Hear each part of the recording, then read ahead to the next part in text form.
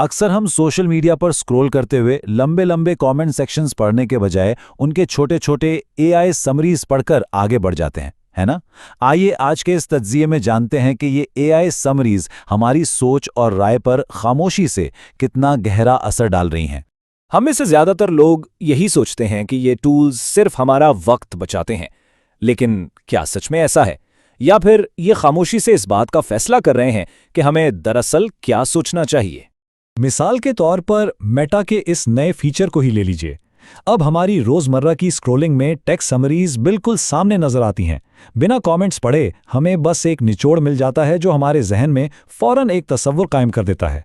इसी तरह ground news जैसे टूल्स भी हैं जो मुख्तलिफ पॉलिटिकल बायसेस और रायों को बैलेंस करने की कोशिश करते हैं। लेकिन ज़रा सोचिए, मालूमात को छानने का ये मुकम्मल कंट्रोल जब हम एल्गोरिदम्स के हाथ में दे देते हैं तो इसके नतायज कितने पेचीदा हो सकते हैं। इस पूरी गेम को समझने के लिए हमें पहले दो अहम नफ्सियाती रुझानात यानी साइकोलॉजिकल ट्रैप्स को समझना होगा। पहला है इंफॉर्मेशनल कंफॉर्मिटी या मालूमाती हमआहंगी।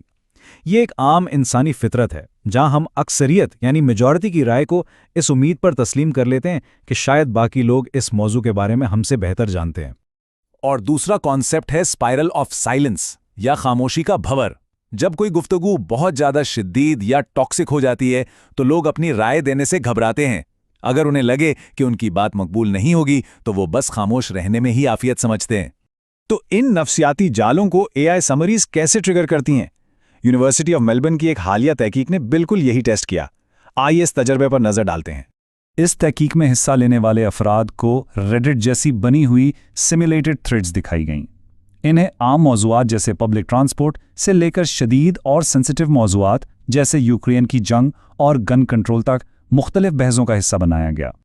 यहाँ सबसे दिलचस्प बात यह है कि मुहक्किकीन ने दो अलग अलग पहलुओं को टेस्ट किया। पहला था एआई परसेंटेजेस यानी इत्तेफाक करने वालों का आदादी तनासुब, और दूसरा था एआई नैरेटिव्स यानी रायों का तहरीरी खुलासा। मकसद यह देखना था कि लोग नंबर से ज़्यादा मुतासिर होते हैं या अल्फाज से। ये इंटरफेस बिल्कुल वाज़े करता है कि तजुर्बे में लोगों ने दरअसल क्या देखा। उन्हें गुफ्तगू का एक मुकम्मल ब्रेकडाउन दिखाया गया जो मौजू की पॉलिटिकल पेचीदगियों से बिल्कुल आज़ाद था। एक ग्रुप को सिर्फ इस तरह की परसेंटेज बाज दिखाई गई, जैसे यहाँ 47% लोग मुत्तफिक हैं और 53% गैर मुत्तफिक। इन नंबर्स ने सीधा सीधा उस राय को हाईलाइट किया जो वहाँ गालिब थी, जबकि दूसरे ग्रुप को सिर्फ ये तहरीरी खुलासे दिखाए गए। इन नैरेटिव्स में पॉपुलैरिटी या नंबर्स का कोई जिक्र नहीं था, बल्कि मुखालिफ आरा और दलाइल को बिल्कुल गैर जानबदाराना यानी न्यूट्रल अंदाज में पेश करने की कोशिश की गई थी। और अब आते हैं नताइज की तरफ।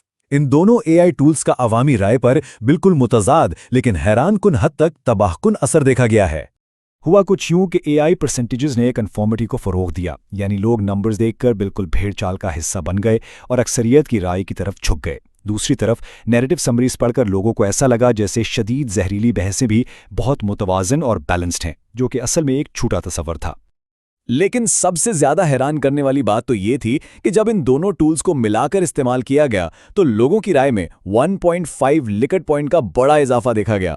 इस कॉम्बिनेशन ने लोगों को मजीद उस राय की तरफ धकेल दिया जो उन्हें मेजॉरिटी की राय लग रही थी।